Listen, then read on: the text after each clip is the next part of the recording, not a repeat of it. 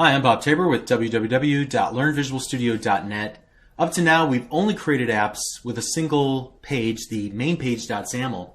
And while that's fine for simple apps, you might have a use case where you need to add additional pages, and so we'll talk about that in this lesson. So typically you'd want to load a new page into your app whenever you need new functionality or new layout or new content. So it's possible that you could create a complex app and change out the layout and the functionality all on a single page, but by adding additional pages, it allows you to decompose functionality into smaller, more manageable units. And so this will reduce the complexity of the application's development and its maintenance. So pages in the Universal Windows platform are roughly equivalent to web pages in web development. So as a web developer, you might create several web pages and you create hyperlinks between the pages so that users can navigate in between the pages of the website. So then the end user would load up their frame, their web browser, and would navigate to your home page and then navigate to each of the pages using the hyperlinks. Or they might navigate then at some point using the back and the forward buttons on the toolbar of the frame, their web browser.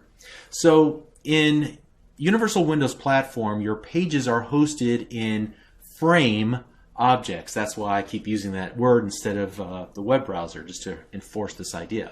So in fact, you might not even realize this, but the frame is critical to the application itself. So at the very highest level, as your application starts up, there's an application object, and then there is a window inside of that. So that will give you all of the Chrome at the very in a Windows desktop version, you know, the X, the minimize and the maximize buttons over here in the upper right hand corner, and the title and things of that nature along that very top bar. Inside of that sits a frame which will host pages. And so as you can see in this new example that I've created, navigation example, I've created it and I've loaded up app.xaml.cs. That's all I've done to it so far. If you take a look down in line number 53, you see kind of where this all gets set up.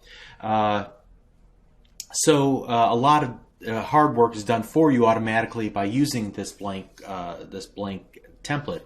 And so you can see here where we get a reference to the frame inside of the window, and they call it root frame. And then in the root frame, you can navigate to a specific page in your application. In this case, we're navigating to main page. So we give it a type of a data type that we want it to navigate to, and then it creates the instance of that type, and will pass in parameters as arguments and things of that nature. All right. So while we're here, I'm actually going to delete this diagnostic thingy. So get rid of that. And at some point later on, we're going to learn about loading new pages into this topmost frame, what's called the root frame. But for getting started, I think it'd be easier to just talk about adding a frame to our main page.xaml so that we can load individual pages in and out of that frame that's hosted by main page. So in your mind, think of, you've got the app, the window, the frame, the root frame. It loads in main page.xaml, which has a frame on it, and then we'll load in page 1, page 2, page 3, page 4. So in that scenario, we're going to delegate the responsibility of hosting other information in main page as well, like the search bar at the top or the split panel down the left-hand side for navigation purposes. All right, so enough theory. Let's go ahead and get started with this. I want to create a new app, and the first thing I'm going to do is add new pages. Let's add 3 new pages. We'll go to the project menu and select add new item. Make sure that you select the blank page template. Don't select XAML view. It has to be blank page template. All right. We'll call this first one page 1. We'll add another one called page 2. And a third one called page 3.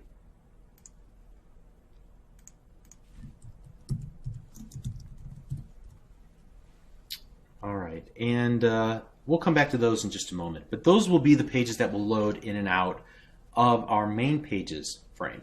So let's open up mainpage.xaml, And let's go ahead and lay this out. In fact, I think I'm just going to go ahead and get rid of the the designer completely and just go to completely to XAML view since we have so limited space to work with here.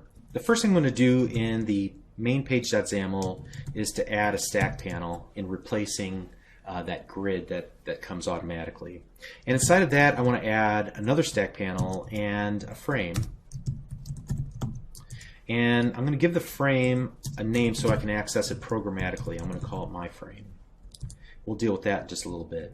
This stack panel, I want to make this into a horizontal button bar. So what I'm going to do is just set the orientation equal to horizontal, and I'm going to create 3 buttons, and I'll set the margin in between them to 20, 0, 0, 20, 0, right, and copy that and paste that a couple times.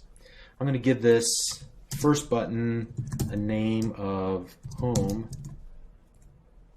button. I'm going to set the content equal to home, and then I'm going to set a click event equal to a new event handler. I'll come back to that one in just a moment. All right, this one, we're going to name it back button. We'll set the content equal to back, and then give it a click event called back button click. And then finally, I'm going to create the forward button, set its content equal to forward, and then add a click event handler as well called forward button click. Great. All right, so as our application loads up, as our frame loads, what we want to do is load page 1 into view automatically.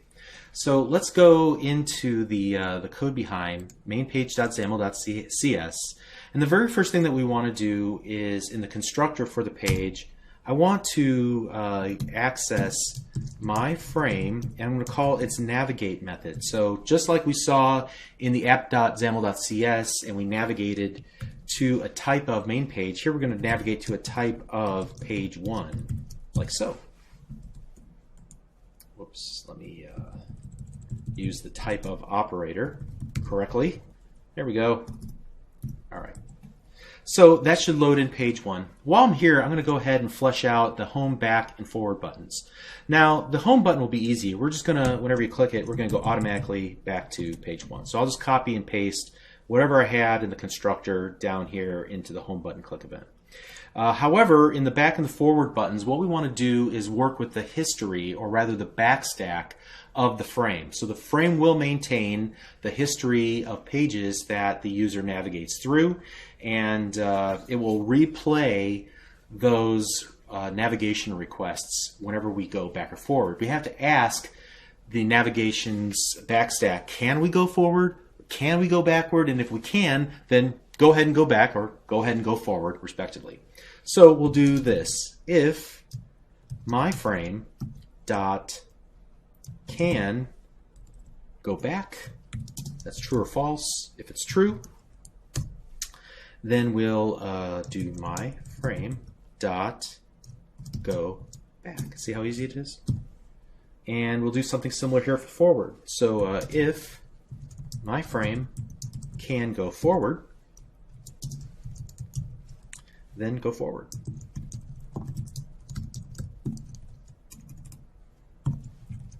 Great. All right, so I think that will do it for the moment for the main page. Let me shut that down. And now what I want to do is go to the page1.xaml, and here again I'm just going to collapse and only look at that view there. All right, I'm going to replace the grid with the stack panel, and then inside of here I'm going to add a text block. And I'll make the font size kind of large so we can see what we're doing here. And I'll set the text equal to whatever the current page I am on, so page 1, like that. And then I'm going to add a hyperlink button. Now I could use any type of control where I can handle an event and handle it to tell the frame to navigate to whatever next page that we want to navigate to. I use the hyperlink button because it connotes navigation, just like a web page's hyperlink connotes navigation. And as we'll learn, this navigation, this hyperlink button has a special property that's different from just a button that's been styled up like a hyperlink. It actually has a navigate URI property that will allow us to navigate out to a website. So actually on this page 1, I'll add a second version of the hyperlink button just to demonstrate that. All right, so what was I doing? Oh yeah, let's give it well, we don't even need to give it a name. Let's give it some text, or actually content. Great. And so we'll say go to page 2. And we'll handle the click event like that. And as I promised, let's go ahead and create a second hyperlink button. And this time we'll say go to Microsoft.com. And we'll set the navigate URI equal to http://www.microsoft.com. All right, so that should do it there. Now I'm going to copy these first 2 controls, the text block and the hyperlink button. I'm going to put that in page 2. So let's go ahead and collapse that, get into the XAML view. I'm going to paste that here, and I'm going to change out this to go to page 2. This will be page 3. Oh, and we need a stack panel around it, don't we?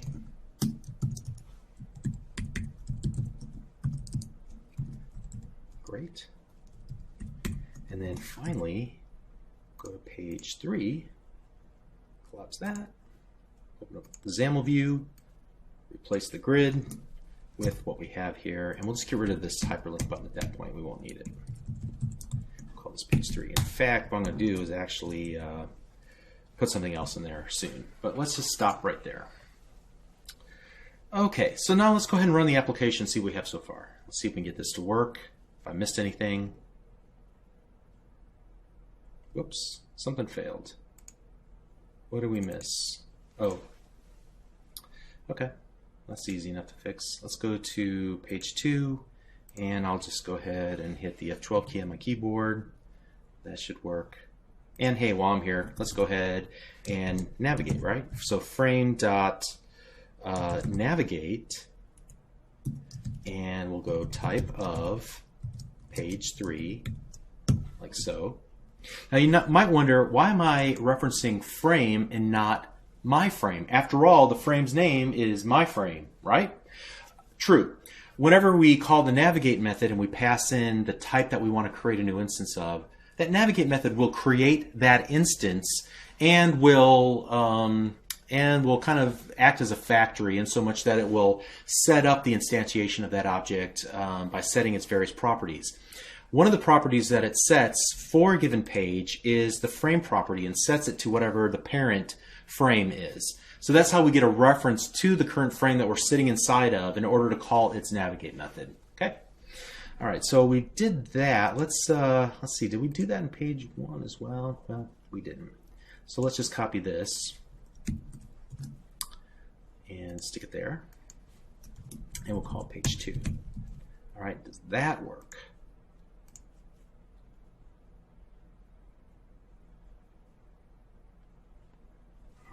Some success. Let me pull this down. Great.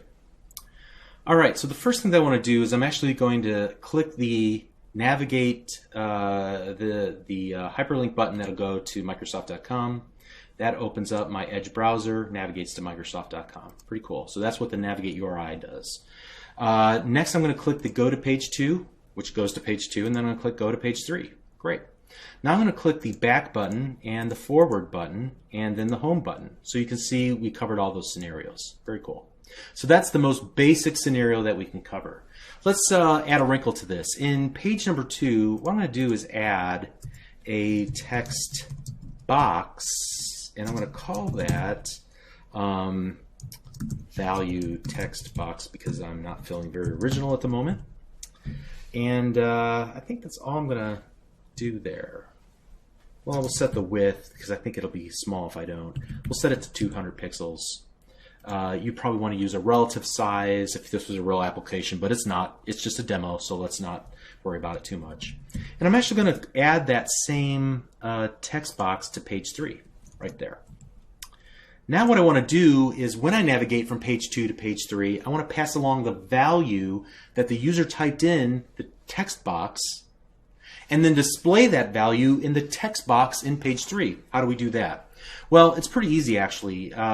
If we take a look at page2.xaml.cs, there's an overloaded version of the navigate method that allows us to pass in anything we want as a parameter that is then retrieved by the other page that we're navigating to. So in this case, we'll just take value text box.text and we'll pass it over to the other side. Now retrieving it on the other side is a little bit trickier.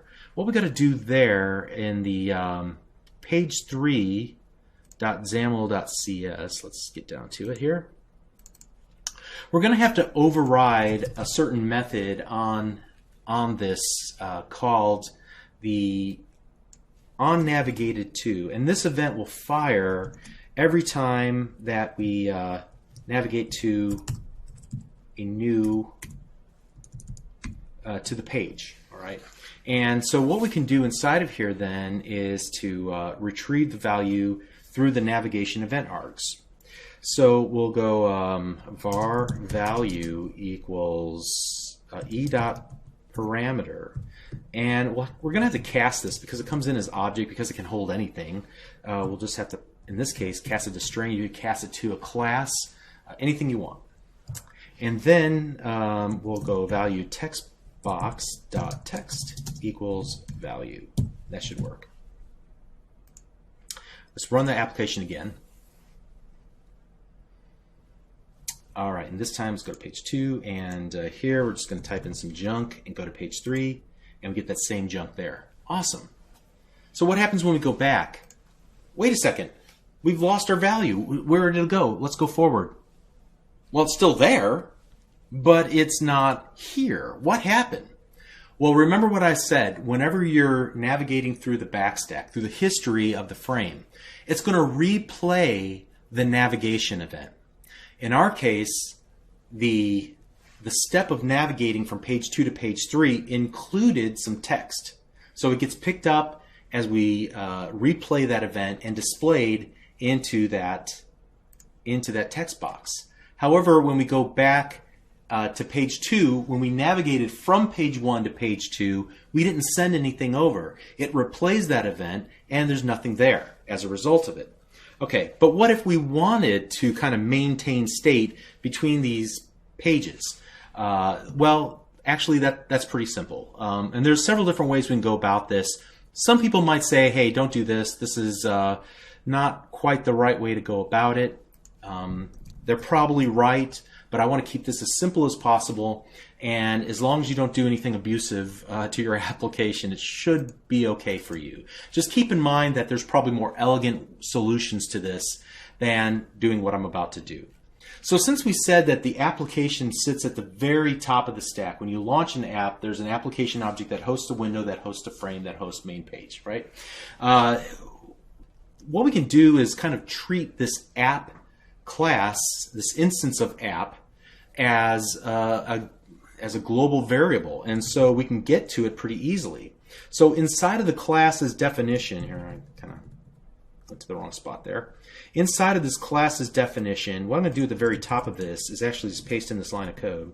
And here I'm creating a property or just a field called SomeImportantValue, and I'm making it static of type string, and then saying this is internal, which means that anything inside of this app can access that variable, but nothing outside of the application. Okay, so SomeImportantValue. What we'll do here then in page2.xaml.cs is we're going to set app.SomeImportantValue equal to the value textbox.text.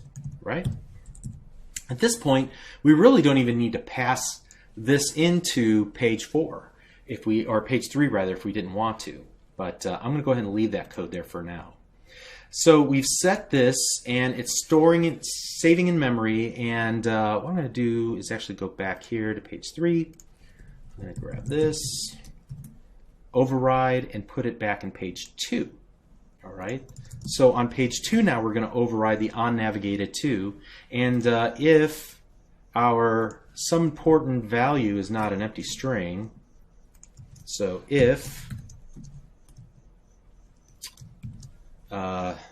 is not